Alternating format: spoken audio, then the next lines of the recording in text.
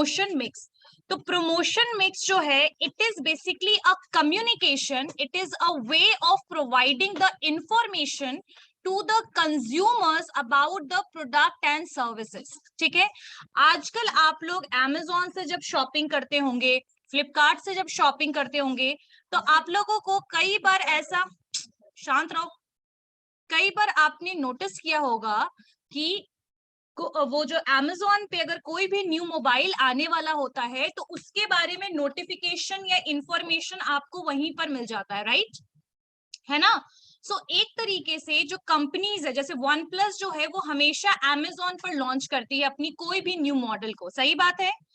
तो आपको जो इंफॉर्मेशन मिल रहा है about the new model, about the new mobile phone is via Amazon online platform. So it is also a way of communication which is done by the OnePlus company via using the Amazon, right?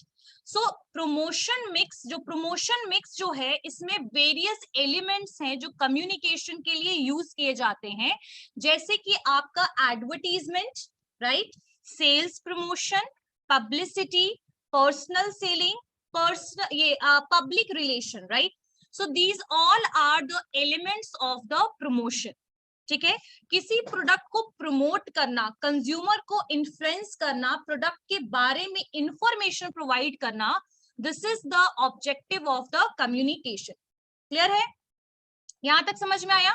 सो कभी भी question आएगा कि that promotion और communication में कोई difference है, so basically promotion जो है वो प्रोडक्ट को प्रमोट करता है via using the communication medium. Clear हो गई बात? समझ में आया? ठीक है, अब जो एलिमेंट्स के बारे में मैंने बताया उसमें सबसे पहला जो एलिमेंट है दैट इज एडवर्टीजमेंट। क्या है सबसे पहला? एडवर्टीजमेंट, जिसको हम प्रचार प्रसार कहते हैं। ठीक है, अब जो एडवर्टीजमेंट होता है वो किस किस तरीके से हम कर सकते हैं? वाया प्रिंट मीडिया, जैसे कि न्यूज़पेपर से हम एडवर्टीजमेंट कर सकते हैं, जर्नल से कर सकते हैं, रिसर्च पब्लिकेशंस, मैगजीन्स, ये सब के थ्रू हम क्या कर सकते हैं? एडवर्टीजमेंट कर सकते हैं, right? The second way is आपका सेकेंड जो तरीका होगा प्रिंट में, न्यूज़पेपर। ठीक है, तो न्यूज़पेपर तो क्लियर हो गया ना? न्यूज़पेपर में भी जो देखा होगा आप लोगों ने कि पटना में विशाल मेगा मार्ट और बिग बाजार का एडवर्टीजमेंट न्यूज़पेपर पे आता, खास करके फ्रंट पेज पे देखा है, तो that is also the part of the advertisement. Let's move toward the audio visual medium. ठीक है, तो ऑडियो वीडियो जो मोड है उसमें क्या आएगा आपका? जैसे रेडियो पे जो एडवर्टीजमेंट आता है, आप लोग एफएम सुनते होंगे, तो आप लोगों को कई बार एडवर्टीजमेंट सुनने को मिलता होगा, it is about the services, colleges के बारे में बताया जाता है, कई बार उसमें नई प्रोडक्ट्स के बारे में बताया जाता है। सो वाया रेडियो, रेडियो से भी एडवर्टीजमेंट होता है। वीडियो मोड में चले जाए तो टेलीविजन, सही बात है, टेलीविजन। और आजकल जो एडवर्टीजमेंट हो रहा है वो सोशल मीडिया को भी यूज करके हो रहा है ना? सो ये होता है आपका एडवर्टीजमेंट। कन्वेंशनल वे में और भी चीजें आएंगी, जैसे बिलबोर्ड के थ्रू जो बड़े बड़े पोस्टर्स लगे होते हैं उससे भी एडवर्टीजमेंट होता है। पैम्पलेट्स जो आपको डिस्ट्रीब्यूट किया जाता है, जैसे आप कॉलेज के सामने देखिएगा कई बार एग्जामिनेशन होता है तो वहां पर पैम्पलेट ऐसे डिस्ट्रीब्यूट किया जाता है, खासकर एजुकेशनल या इंस्टीट्यूट्स या कॉलेजेस के बारे में, राइट? सो पैम्पलेट्स हो गया, बिलबोर्ड्स हो गया, आपका न्यूज़पेपर, रेडियो, आपका television, these all are the modes of advertisement. This point is clear? Advertisement क्या है? अभी बस मैंने आपको थोड़ा सा ब्रीफली बताया है कि एडवर्टीजमेंट क्या है। Let's move toward the next one and that is sales promotion. अच्छा, सेल्स प्रमोशन से पहले मैं आप लोग से पूछूंगी कि how many of you are purchasing the goods when there is heavy discount on products? कितने लोग खरीदते हो वो सारा सामान जो बहुत ज्यादा डिस्काउंट में प्रोडक्ट मिलता है? तो अरे हैंड रेज करो। ठीक है, so everyone is purchasing the goods on discount. Why? Because when we are paying less amount for the goods whose price were earlier high, it is going to give us more satisfaction. यानी कि जब हमें कोई चीज सस्ते rate में कम price पे मिलता है तो हमारा सेटिस्फैक्शन लेवल क्या होता है? हाई होता है। तो सब लोग डिस्काउंटेड रेट पर खरीदते हैं प्रोडक्ट्स। तो आपने देखा होगा कि फ्लिपकार्ट जो बिग बिलियन डे के बारे में मैंने आपको बताया था, that is a part of sales promotion. So sales promotion एक ऐसा प्रमोशनल टैक्टिक्स है जो शॉर्ट टर्म के लिए होता है, यानी इसको कंपनी जो है वो लॉन्ग टर्म के लिए यूज नहीं करती है। शॉर्ट टर्म के लिए 1 महीने 2 महीने के लिए वो वेरियस ऑफर्स प्रोवाइड करती है, किसको? कंज्यूमर्स को। अब ऑफर जब प्रोवाइड करती है तो उससे क्या क्या बेनिफिट होता है? पहला कि आपके footfalls of the consumers will be increase, footfalls will be increase in short. Footfall का मतलब है कि आपके स्टोर पर नंबर ऑफ कस्टमर जो होंगे वो क्या हो जाएंगे, इंक्रीज हो जाएंगे, क्योंकि डिस्काउंटेड रेट पर प्रोडक्ट मिल रहा है। सही बात है ना? सही बात है। सेकेंड चीज कि इसमें कौन कौन से टूल्स और एलिमेंट्स को यूज किया जाता है, व्हाट आर द एलिमेंट्स और tools use for the sales promotion. ठीक है, अब जो सेल्स प्रमोशन का मेन रीजन होता है सेल्स को बढ़ाना, वो तो नाम से पता लग रहा है, सेल्स को प्रमोट करना।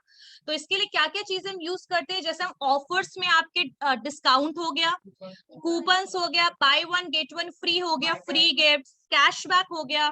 ठीक है, उसके बाद लॉयलिटी प्रोग्राम्स बहुत सारे होते हैं, जैसे आप लॉयलिटी पॉइंट्स मिलते हैं, स्पेशल ऑफर्स हो गया जो लॉयल कस्टमर्स को सिर्फ स्पेशली प्रोवाइड किया जाता है। जियो भी ये बहुत ज्यादा यूज करता है। आपने नोटिस किया होगा कि 6 GB एक्स्ट्रा वो दे देता है internet for those customers who are using their using their network from last 2 or 3 years, right? So basically these are the elements. और आपका वो हो गया, क्या बोलते हैं, कॉन्टेस्ट वगैरह हो गया, लकी ड्रॉ हो गया, these all are the part of the sales promotion. ठीक है, इसका मेन ऑब्जेक्टिव क्या है, सेल्स को इंक्रीज करना, कस्टमर को शॉप तक लेकर आना, उनको इन्फ्लुएंस करना, इंड्यूस करना, ताकि वो आपके स्टोर तक पहुंचे। सही बात है। और नेक्स्ट आपकी ब्रांड बिल्डिंग हो, क्योंकि जब कस्टमर्स आपके स्टोर में आएंगे तो लोग फिर धीरे धीरे आपके ब्रांड को रिकॉग्नाइज करना शुरू कर देंगे। So it is also helpful for brand building. तो what is basically sales promotion, this point is clear to everyone. Let's move toward the next point, that is personal selling. अच्छा, what is personal selling? आप लोग, जब मैं 90s की हूं तो I can tell you about it कि I saw so many type of personal selling, basically things happened around my colony and all. जब हम लोग घर पे रहते थे तो देखते थे कोई ना कोई नॉक करता था, मैम सर्फ है, मैम सोप है, मैम शैम्पू है। सो हाँ, so what is the personal selling means? Personal selling where the customer or sales personnel directly interact with the customers। जब डायरेक्ट इंटरेक्शन होता है, जब हम कोई ऑनलाइन शॉपिंग करते हैं तो कोई डायरेक्ट इंटरेक्शन तो नहीं होता है सेल्स पर्सनल से। कैटलॉग होता है, नंबर ऑफ प्रोडक्ट्स होता है, चूज करते हैं, कार्ट में ऐड करते हैं, पेमेंट करते हैं, घर पहुंच जाता है। This is the only process which is happening in the online platform. But in the case of the personal selling, the people, the sales personnel is going to interact with the customer directly. And it can be possible door to door selling में भी हो सकता है, it can be possible in the retail store as well. अब door to door selling तो समझ में आ गया, जहां पर घर घर जाकर के कस्टमर को इन्फ्लुएंस करते हैं या कन्विंस करते हैं आपके सेल्स पर्सनल। ठीक है, कस्टमर को कौन इन्फ्लुएंस कर रहा है? Sales personal. ठीक है, सेकेंड, जो रिटेल स्टोर में पर्सनल सेलिंग होता है, वहां पर जैसे आप आदित्य विजन में चले जाओ या कोई भी ऑर्गेनाइज रिटेल स्टोर में चले जाओ, you will see multiple sales personal who is going to interact with you and convince you about the product. ये मोबाइल फोन खरीदिए, ये वॉशिंग मशीन खरीदिए, ये रेफ्रिजरेटर खरीदिए, ये होता है ना। So the personal selling can be possible door to door as well as in retail store. ठीक है, अब इसके लिए क्या सबसे ज्यादा जरूरी है? ठीक है, तो promotion is for the short term, that is a short term tactics होता है, ये कम समय के लिए यूज किया जाता है, क्योंकि आप ऑल टाइम सेल पे आप डिस्काउंट ऑफर्स नहीं दे सकते हो। ठीक है, there are exceptional cases like brand factory who are providing all the time discount, right? But ऐसे आप हर टाइम डिस्काउंट नहीं दे सकते हो। लेकिन जो पर्सनल सेलिंग है ना, उसके लिए सबसे इंपॉर्टेंट जो है, दे आर सेल्स पर्सनल। सबसे ज्यादा इंपॉर्टेंट वो लोग हैं जो कस्टमर के साथ डायरेक्टली इंटरेक्ट करते हैं। ठीक है, वो कैसे होने चाहिए? वो ट्रेंड होने चाहिए, उनको कस्टमर के साथ डील करना आना चाहिए, नॉलेजेबल होने चाहिए, प्रोडक्ट के बारे में इंफॉर्मेशन हो, क्योंकि अगर वो डायरेक्ट इंटरेक्ट कर रहे हैं तो कस्टमर का फीडबैक भी उनको एट द टाइम मिलेगा about the product, the queries can be asked. सही बात है, क्वेश्चन तो करोगे ना। लेकिन ये एडवर्टीजमेंट देखते टाइम टीवी को नॉक करके तो पूछते नहीं है कि 2 मिनट में मैगी बनेगा कि नहीं बनेगा। True, but in the case of the personal selling we have full right to ask the question whatever is going on in our mind। सही बात है, सही बात है। तो इसके लिए जो सेल्स पर्सनल होना चाहिए, वो ऐसा पर्सन होना चाहिए जिसको लोगों के साथ डील करना आए, है ना। अब जैसे कि मान लीजिए कि वैष्णवी गई स्टोर में, ठीक है, अब she asked about the washing machine feature, तो इसको डांट दिया सेल्स पर्सनल ने। So is this is a right way to deal with a customer? No. And maybe she want to purchase the product, but because of the behavior of the sales personnel, she didn't purchase the product. And that is the truth. That is the truth, right? Bitter truth है ये. तो sales personal यहाँ सबसे effective होना चाहिए. Knowledgeable इसलिए होना चाहिए क्योंकि अगर लैपटॉप सेल कर रहे हैं, उसका प्रोसेसर क्या है, उसका कैमरा, और ये कैमरा तो खैर लैपटॉप में कम मैटर करता है, उसके बारे में नॉलेज होना चाहिए ना. अगर आपको जनरेशन नहीं पता है, उसका प्रोसेसर नहीं पता है, रैम रोम के बारे में नहीं पता, तो how you can convince the customer. कुछ ना कुछ तो प्रोडक्ट की स्पेसिफिकेशन के थ्रू सेल करोगे प्रोडक्ट. तो नॉलेजेबल होना चाहिए, ठीक है, ट्रेंड होना चाहिए, कस्टमर के साथ डील करने आना चाहिए. आ रही है बात समझ में? सो जो सेल्स पर्सनल है, यहाँ पर जितना सिस्टम चलेगा सब कुछ ओरली चल रहा है. यहाँ पर कोई रिटन फॉर्म में कुछ भी नहीं है. जब आप पर्सनल सेलिंग कर रहे हैं, जो भी चल रहा है ओरली चल रहा है, because you are speaking, customer is speaking, you are basically convincing, customer are asking question, so everything is totally based on the convincing power. और सबसे अच्छी बात क्या होती है पर्सनल सेलिंग में, you will get the result quickly that customer is going to purchase the product or not. अगर customer को खरीदना होगा एट द टाइम खरीद लेगा, और अगर नहीं खरीदना होगा तो नहीं खरीदेगा. So you will get the result of personal selling quickly. But same thing is not going to happen in the case of the sales promotion and the advertisement. Because advertisement हुआ, influence हुए, लेकिन उसी समय product खरीदोगे कि नहीं खरीदोगे इसकी कोई गारंटी नहीं है. तो what is personal selling, that is clear to everyone? Okay, let's move toward the next point, and that is publicity. Publicity.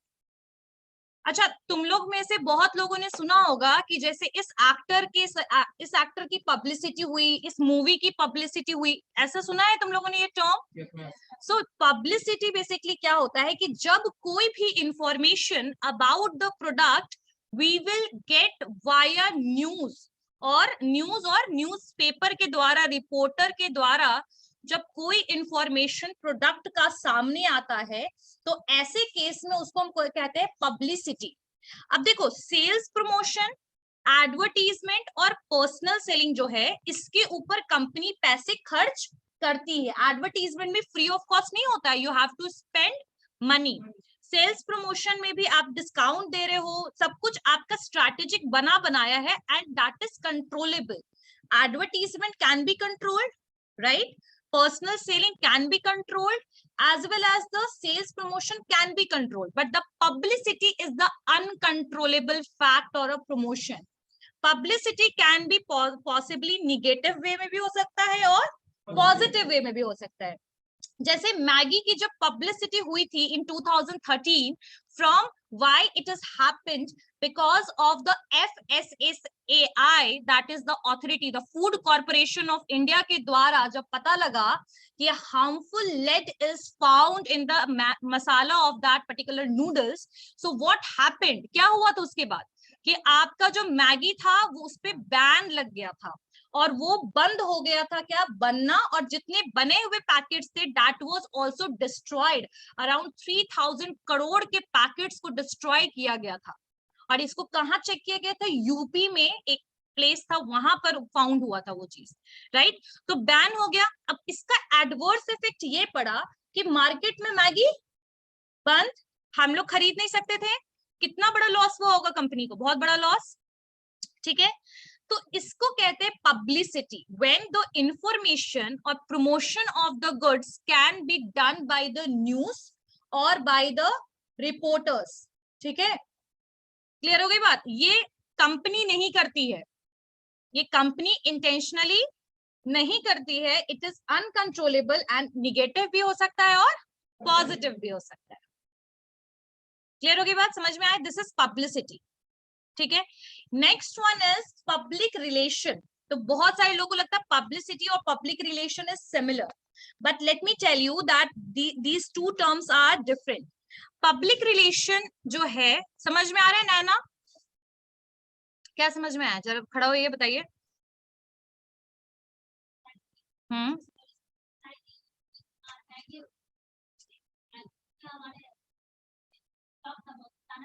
नहीं, वो तो I gave the example. What the fact I said about the publicity? Tell me that.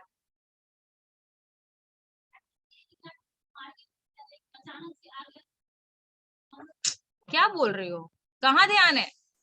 Publicity कौन बताएगा मुझे अभी?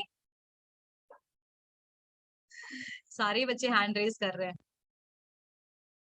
चलो बताओ, तुम बताओ। पब्लिसिटी करवाती है तो पब्लिसिटी, हाँ पब्लिसिटी प्रमोशन है, बट ये निगेटिव प्रमोशन भी हो सकता है और पॉजिटिव प्रमोशन भी हो सकता है, ठीक है। ठीक है, and I give the example of the publicity, negative publicity का मैंने एग्जांपल दिया कि what happened with the Maggi. अब मैगी खुद तो नहीं कहेगा नहीं नहीं नहीं मैं लेट डालता हूँ, वो उन्होंने खुद तो नहीं बोला, दैट वाज फाउंड एंड फिर न्यूज में आना शुरू हो गया, बैन हो गया, तो पब्लिसिटी तो हो गया मैगी का, लोग मैगी को जानने भी लगे, ऐसे तो खैर सब जानते होंगे, लेकिन in the negative way it basically affected the consumers as well as the company. Clear है? चलिए, जब मैगी खत्म हुआ था तो उसके बाद जो बाकी नूडल्स की कंपनी थी, चॉप रेमन, चिंग्स वगैरह, सनफीस्ट, तो ये सबका सेल काफी इंक्रीज हो गया था। चलिए ठीक है, वापस आ जाते हैं। ओके, तो नेक्स्ट वन इज एड, ये हो गया सेल्स प्रमोशन, पब्लिक रिलेशन बता रही थी, हाँ। सो पब्लिक रिलेशन जो होता है एक स्ट्रैटेजी होती है, जो कंपनी क्या करती है अपने प्रोडक्ट के बारे में प्रेस कॉन्फ्रेंस बुला करके अपने प्रोडक्ट के बारे में बताती है, सेमिनार्स करवाती है, वर्कशॉप्स कराती है, right. And this type of public relation, इनका मेन मकसद होता है पब्लिक तक अवेयरनेस फैलाना, बताना, लोगों को इंफॉर्मेशन स्प्रेड करना कि भाई इस टाइप की कंपनी एग्जिस्ट करती है। तो पब्लिक रिलेशन के लिए कई बार कुछ कंपनी सोशल वेलफेयर का भी काम करना शुरू करती है, जैसे मैंने कॉर्पोरेट सोशल रिस्पॉन्सिबिलिटी के बारे में आप लोगों को बताया होगा कि बहुत सारी कंपनी, जैसे अभी तुम लोगों को बता दूं मैं, मामा अर्थ जो है कंपनी है, that is basically making the free chemical और टॉक्सिक प्रोडक्ट नहीं है, मतलब free from these chemicals and they are making the natural product, right. So they are claiming that and even they got the certificate for that, ठीक है। अब वो क्या करती है, जब आप कुछ भी प्रोडक्ट खरीदोगे तो उसके लिए वो एक आपके बिहाफ में एक पेड़ लगाती है। So basically they are making a public relation. Now the people are thinking that if I'll purchase the product, our environment will become more protected or it will become more secure for us. सही बात है। So public relation जो है वो intentional act है company के द्वारा, क्यों करती है, ताकि जो कंपनी है वो प्रोडक्ट के बारे में इंफॉर्मेशन कस्टमर्स को दे, लेकिन एडवर्टीजमेंट वगैरह नहीं, वो कुछ प्रेस कॉन्फ्रेंस कराएगी, वर्कशॉप्स कराएगी, सेमिनार्स कराएगी, फिर प्रेस रिलीज कराती है। आगे बात समझ में क्लियर हो गया सबको? सो this is public relation. Next one is direct marketing. अच्छा, डायरेक्ट मार्केटिंग में क्या होता है कि जो कंपनी है वो प्रोडक्ट के बारे में डायरेक्टली एडवर्टीजमेंट करती है via using the social media, mail order, mail भेजती है आपको, टेलीफोन के थ्रू इंफॉर्मेशन देती है। जैसे आप लोगों ने सुना होगा कि मोबाइल के साथ, मतलब कम्युनिकेशन के साथ ये बहुत ज्यादा है, कोई भी नया ऑफर आएगा एयरटेल का तुरंत कॉल आ जाएगा आपके पास कि ये ऑफर सिर्फ आपके लिए सीमित समय के लिए, ये सभी लाइन आता है ना। So this is direct marketing where the telephonic आपको मैसेजेस आएंगे, टेलीफोनिक मतलब टेलीफोन के थ्रू आपको मैसेज पहुंचाया जाएगा, मैसेजेस आपको भेजे जाएंगे, मेल आपको भेजा जाएगा, कंपनी के बारे में आपको गूगल में एडवर्टीजमेंट मिलेगा, यूट्यूब पे मिलेगा, सोशल मीडिया पे मिलेगा, और आजकल तो जो ब्राउज करोगे ना आप, वही इंफॉर्मेशन, वही उसी टाइप के प्रोडक्ट आपको फेसबुक में भी दिखना शुरू हो जाते हैं, right. So these are the basically the direct marketing concept where we are using the social media or the company is directly telling about the product to the consumers. Clear? समझ में आया? हाँ,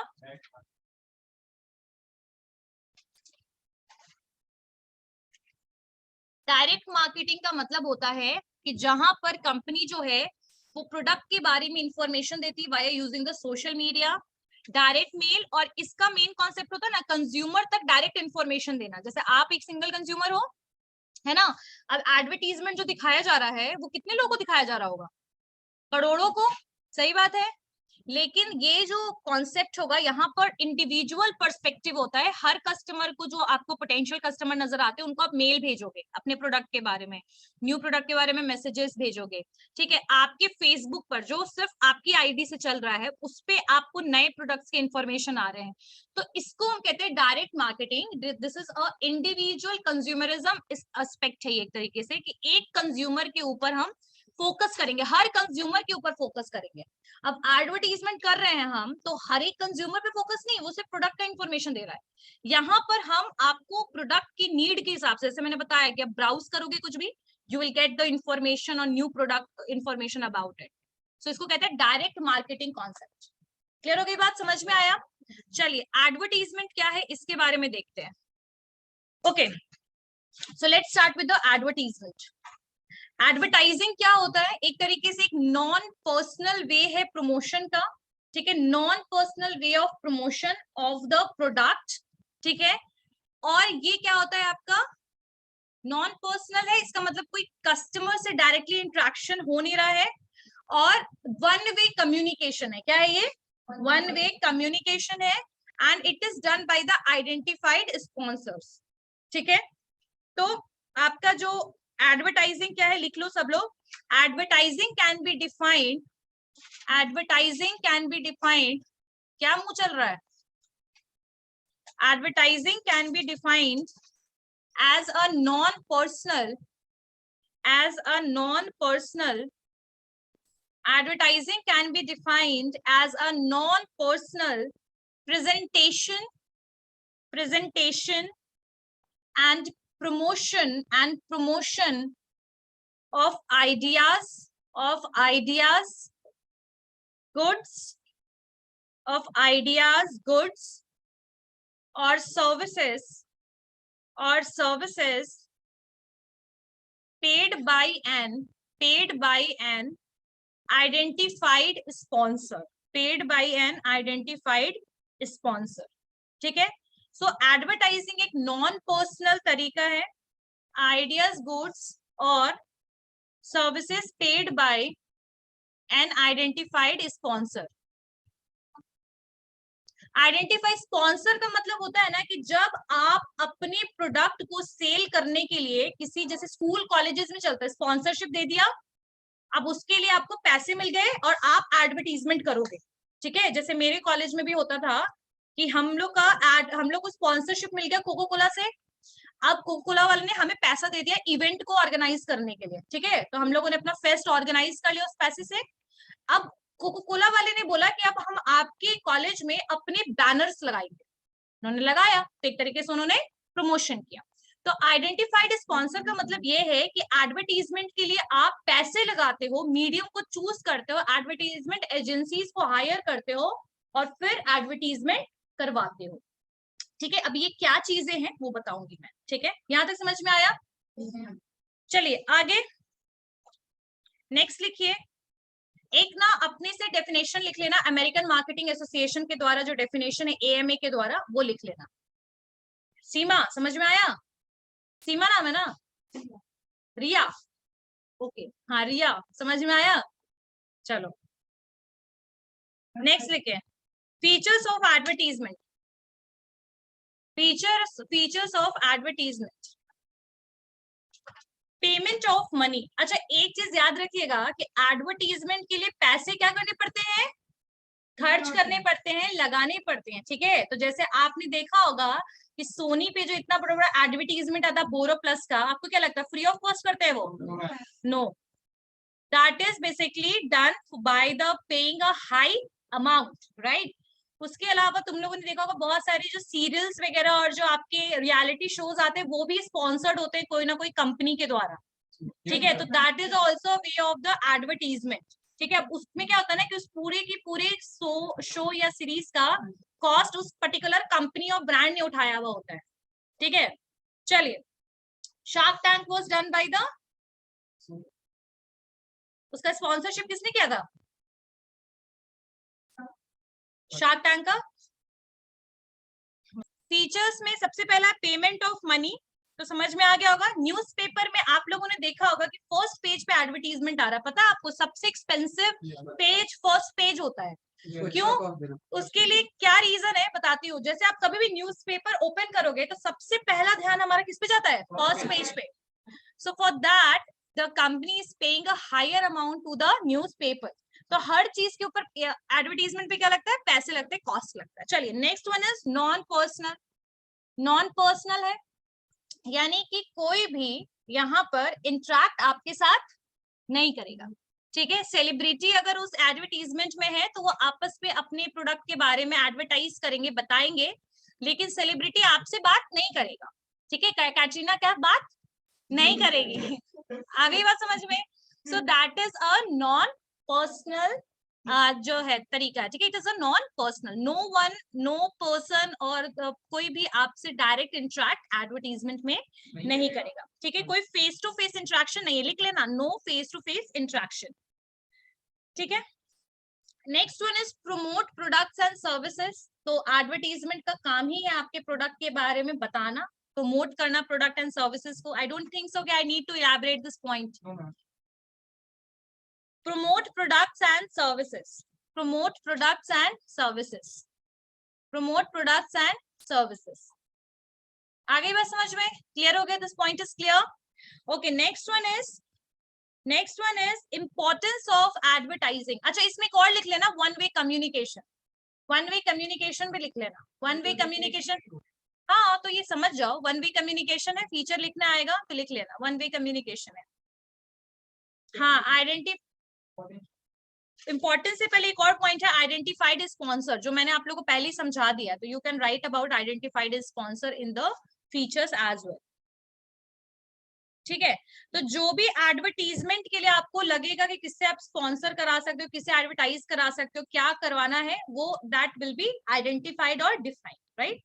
next one is importance of advertising. Importance क्या है advertisement का? तो मुझे तो लगता है ये समझ आ गया होगा। कोई बताएगा मुझे, what can be the importance of the advertisement?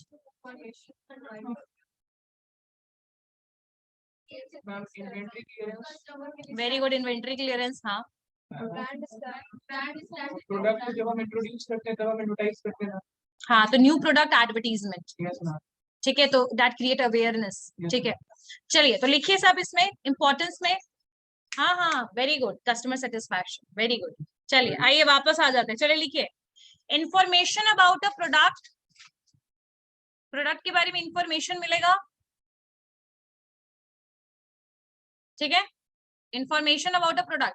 अच्छा, आप सोचो कि अगर एडवर्टीजमेंट नहीं होगा और हम अचानक से रिटेलर के पास जाते हैं, तो कई बार ऐसा होता है, कुछ लोकल कंपनीज जो है, जो बहुत छोटी मोटी कंपनीज होती हैं, जो प्रोडक्ट बनाती हैं, उसका एडवर्टीजमेंट बिल्कुल भी नहीं होता है मार्केट में। वो ज्यादातर कन्वीनियंस प्रोडक्ट बनाती है, जैसे कि आपने देखा होगा टॉफीज, चॉकलेट्स और ये सब जो चीजें बनाती हैं। और वो क्या होता है कि जब आप रिटेल स्टोर में जाते हो तो वो कहता है आप ये वाली कंपनी का प्रोडक्ट लीजिए। वो देखने के बाद पता लगता है ये कंपनी भी एग्जिस्ट करती है क्या। So this is happening because we never heard about that company, right? तो सबसे पहला पॉइंट है इंफॉर्मेशन अबाउट अ प्रोडक्ट। तो मतलब प्रोडक्ट के बारे में इंफॉर्मेशन प्रोवाइड करती है कि ऐसे प्रोडक्ट जो है अब मार्केट में एग्जिस्ट करेगी, ठीक है। चलिए, next point, creation of permanent demand, creation of permanent demand, creation of permanent demand, creation of permanent demand. उसका नोटबुक इधर दो। चलिए information, creation of permanent demand. तो परमानेंट डिमांड का मतलब क्या होता है कि जो प्रोडक्ट अब हम खरीदने लगे, अब हमने उसको क्या कर लिया, हमने उसको हैबिचुअल बना लिया, अब अपने हैबिट में शामिल कर लिया। And it is possible because of the repeat purchase and because of the retention about that product for the long time, ठीक है। अब जैसे मैगी है, अब तो वो हैबिट में है, हम लोग के भूख लगती तो खा ही लेते होंगे बना के, रोज खा लेते हैं, एग्जैक्टली। तो now it become the permanent demand and we always see the advertisement. तो हमारा रिटेंशन भी इतना हाई हो चुका है कि अब हम मैगी को नहीं भूल सकते लॉन्ग टाइम तक, ठीक है। तो परमानेंट डिमांड क्रिएट करने के लिए, लॉन्ग टाइम तक कस्टमर को एसोसिएट रखने के लिए ब्रांड के साथ advertisement is required. Clear. Third point, service to existing customers, service to existing customers. अच्छा, एडवर्टीजमेंट के through what kind of services you will get that are also informed by that. जैसे कि आपने देखा होगा बहुत सारे टेलीविजन के साथ उसकी वारंटी गारंटी के बारे में भी इंफॉर्मेशन आता है ना। तो what kind of services you are going to give with that particular type of product or goods, that is also mentioned by the advertisement. अच्छा, ये छोड़ो, आप लोगों ने देखा होगा कि बिग बाजार जब एडवर्टीजमेंट करता है तो वो फ्री डिलीवरी के बारे में बताता है कि free delivery, right. So that service is basically associated with your purchase, है ना। So they are advertise about the goods as well as they are advertise about the services that what they are going to provide to the customers. Clear? This point is clear. Yes, next point is conversion of prospective buyers, conversion of prospective buyers to the actual buyers, conversion of the prospective buyers to actual buyers, to actual buyers, to actual buyers. अच्छा, तुम लोग को एक बात बताती हूँ मैं कि बहुत सारे ऐसे कस्टमर्स होते हैं जो पोटेंशियल होते हैं लेकिन वो गुड्स को खरीदते नहीं है. मतलब समझ में आई बात? जैसे मान लीजिए एग्जाम्पल में एक सर्विस का एग्जाम्पल ले, ऐसे बहुत सारे लोग होते हैं जो जिम जा सकते हैं लेकिन जाते नहीं. ऐसा नहीं कि उनके परचेजिंग पावर में प्रॉब्लम है या फिर खरीदने में दिक्कत है, ऐसा कुछ नहीं होता है, लेकिन नीड नहीं लगता है उस चीज का तो जाते नहीं है. सही बात है. तो what is the reason, what is the main reason why I am using this word? Because आजकल जिम ट्रेंड में है ना. तो मैं ये वर्ड इसीलिए यूज कर रही हूँ कि आप लोगों ने देखा होगा जिसको नीड नहीं वो नहीं जाते, उनको लगता है मेरे नीड नहीं, मैं नहीं जाऊंगा, ये नहीं जाऊंगी, right? So here the advertisement is converting those prospective buyer to the actual buyer. वो नीड जनरेट करने में हेल्प करेगा. जैसे पहले सैनिटाइजर को हम लोग यूज नहीं करते थे, खैर अब तो उसका एग्जाम्पल भी लेना गलत हो जाएगा. पहले सैनिटाइजर को, जो सैनिटाइजर की उतनी एडवर्टीजमेंट भी नहीं आती थी और उसका यूटिलाइजेशन भी बहुत लोग नहीं करते थे, क्योंकि वो एज अ वैसा आइटम था कि जब पानी अवेलेबल नहीं है तो उसको यूज कर लो टाइप, कि भाई कहीं मेट्रो में ट्रैवल करें, कहीं दूर जाके ट्रैवल करें तो चलो उसको लेके चलो. That was the only thing, right? But now everyone is using it. तो अब कहीं ना कहीं प्रोस्पेक्टिव जो बायर्स थे, जो पहले भी खरीद सकते थे, अब वो एक्चुअल बायर बन चुके हैं, अब वो प्रोडक्ट को खरीदेंगे. एक नीड जनरेट करने का भी काम एडवर्टीजमेंट करता है. जो आपने पहले कभी प्रोडक्ट नहीं लिया हो लेकिन उसको देख करके, उस एडवर्टीजमेंट को देख करके अब आपको लगता है कि ये प्रोडक्ट मुझे खरीदना चाहिए, तो that can be done by the advertise. Clear है? So it will help in the need generation in short. Next one is increase in sales and reduction in cost. अच्छा, एक तो मैंने ये रिडक्शन इन कॉस्ट जब word आया तो बहुत लोग कंफ्यूज हो गए कि पैसा तो लगता है, तो रिडक्शन इन कॉस्ट कैसे हुआ? तो मैं बताती हूँ. लिख लिया सबने? Increase in sales and reduction in cost. Increase in sales and reduction in cost. Let me tell you one thing. Let's see, if we are doing the advertisement, जब हम कोई एडवर्टीजमेंट करते हैं तो हमारा एक कंज्यूमर के ऊपर फोकस नहीं होता है. ठीक है, हमारा एक कंज्यूमर के ऊपर फोकस तो होता नहीं है, हमारा फोकस बहुत सारे कस्टमर्स के ऊपर होता है. यानी कि अगर सोनी पर या फिर मान लीजिए कि आपका स्टार प्लस पे कोई एक चैनल पे वो दिख रहा है पर्टिकुलर एडवर्टीजमेंट, तो वो जितने लोग स्टार प्लस उस समय देख रहे हैं वो सबको एडवर्टीजमेंट दिखेगा. सही बात है? सो पर कस्टमर के हिसाब से अगर हम एडवर्टीजमेंट कॉस्ट को डिवाइड करें तो उसका कॉस्ट लो हो जाता है, अगर हम हर कस्टमर के ऊपर उसको वैल्यूएट करें. क्लियर होगी बात? इसीलिए ये एडवर्टीजमेंट से आपका सेल्स तो इंक्रीज होता है क्योंकि कस्टमर आपके प्रोडक्ट के बारे में जानते हैं. दूसरा होता है कि इससे आपका कॉस्ट रिड्यूस होता है. पर पर्सन कॉस्ट जो एडवर्टीजमेंट का है दैट इज वेरी लो. ठीक है, और आपका जो एक्स्ट्रा एडवर्टीजमेंट आप करना चाह रहे हो वो भी कहीं ना कहीं डिक्लाइन होगा अगर एक वन स्लॉट ऑफ एडवर्टीजमेंट से आपका बेनिफिट बहुत हाई हो. ठीक है, नेक्स्ट पॉइंट लिखिए, क्रिएशन ऑफ इमेज और गुडविल. तो ये तो समझ में आ ही गया होगा, ब्रांड बिल्डिंग में हेल्प करता है. क्रिएशन, ये increase in sales and reduction in cost समझाना है. यानी कि जो पर पर्सन का जो कॉस्ट होता है ना आपके एडवर्टीजमेंट का, वो बहुत ज्यादा लो होता है. अगर हम पर पर्सन के हिसाब से पूरा एडवर्टीजमेंट कॉस्ट को डिवाइड करें तो एडवर्टीजमेंट से सेल इंक्रीज भी हो रहा है और कॉस्ट रिड्यूस भी हो रहा है, कम भी हो रहा है एडवर्टीजमेंट कॉस्ट. क्लियर? चलिए next point is creation of image और गुडविल. तो I guess this point is clear to everyone कि आपकी ब्रांडिंग में हेल्प करेगा एडवर्टीजमेंट. लोग आपके ब्रांड को जानेंगे. गुडविल का मतलब value, equity of your brand will be increase. ठीक है, next one is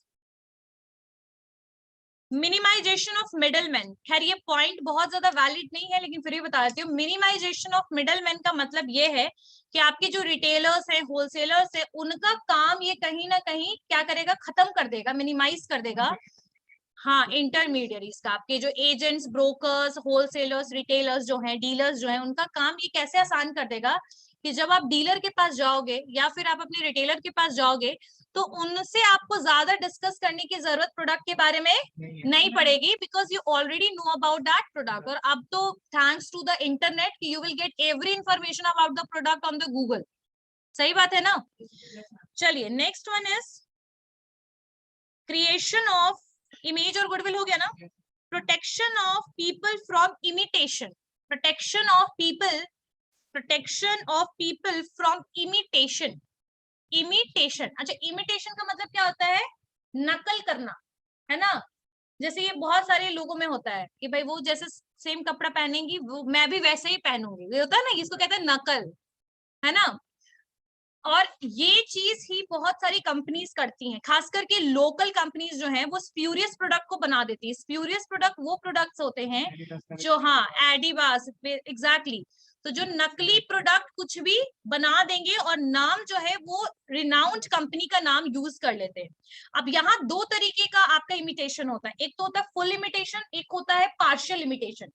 full imitation में एडिडास का नाम एडिडास ही होगा लेकिन वो प्रोडक्ट नकली होगा। आई बात समझ में? मतलब नाम भी सेम यूज कर लेंगे। तो छोटी मोटी कंपनी करेगी ना, बड़ी कंपनी थोड़ी करती है ये।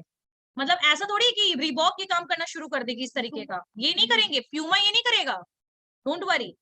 These things are done by the local unauthorised बोल सकते हैं अनऑर्गेनाइज्ड टाइप ऑफ मैन्युफैक्चरर। आई बात समझ में? ऐसे लोगों के द्वारा होता है, ऐसे कंपनीज के द्वारा होगा जो कंपनीज ना ही रजिस्टर्ड होती हैं कई बार, ठीक है, और एग्जिस्ट भी नहीं करती ऑन पेपर, और इस टाइप की कंपनी प्रोडक्ट को ब्रांडेड नाम के साथ यूज करती हैं।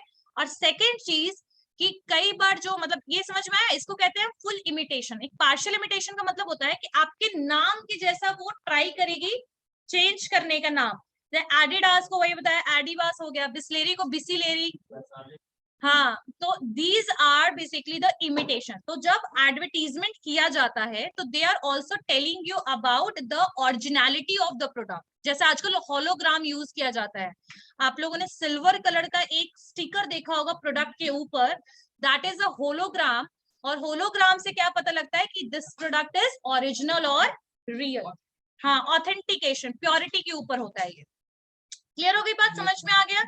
सो स्प्यूरियस प्रोडक्ट को मिनिमाइज करना और उसको बेसिकली कंज्यूमर कंफ्यूज ना हो, इसके लिए भी कई बार क्या किया जाता है? एडवर्टीजमेंट किया जाता है। क्लियर हो गया? बिल्कुल कर सकते हैं, बिल्कुल कर सकते हैं।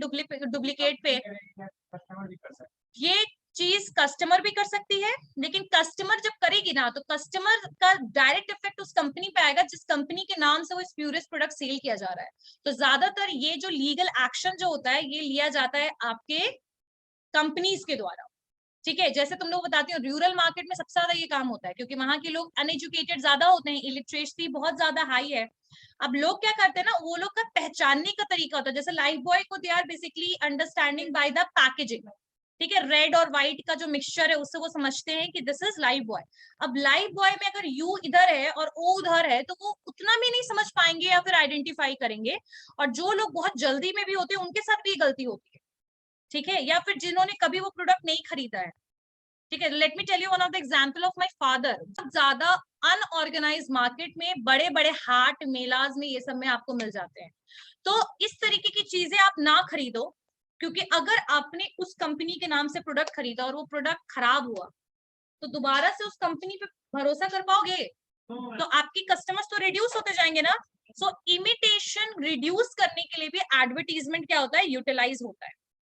आ गई बस समझ में? क्लियर है? चलिए, next one is establishment of relationship. So कई बार आजकल देखो इमोशनल अपील एडवर्टीजमेंट बहुत ज्यादा ट्रेंड में है, तुम लोगों ने देखा होगा। इमोशनल अपील में जैसे कि आप लोगों ने देखा होगा it is related with the child marriage, social evil के ऊपर आजकल एडवर्टीजमेंट हो रहा है। बीबा अभी हाल फिलहाल में उन्होंने एक एडवर्टीजमेंट निकाला था, हाल फिलहाल में बीबा ने एक एडवर्ट, बीबा सुना है सब लोगों ने? Biba is a brand of kurtas, ठीक है, विमेन एथनिक वेयर का ब्रांड है।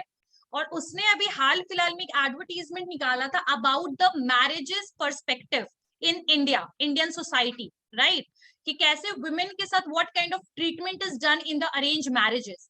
सो they basically ask the question over it and by that they are basically advertising about the kurtas, right? So एक रिलेशनशिप बिल्ड करने की भी कोशिश कौन करता है? आपका एडवर्टीजमेंट। ब्रांड के साथ आप एक रिलेशनशिप बिल्ड करते हो जब आपको ऐसा लगता है कि this brand is working for the social welfare as well. सही बात है? So for making the relationship and for recognition of the brand for the long time, this advertisement can be done. Clear?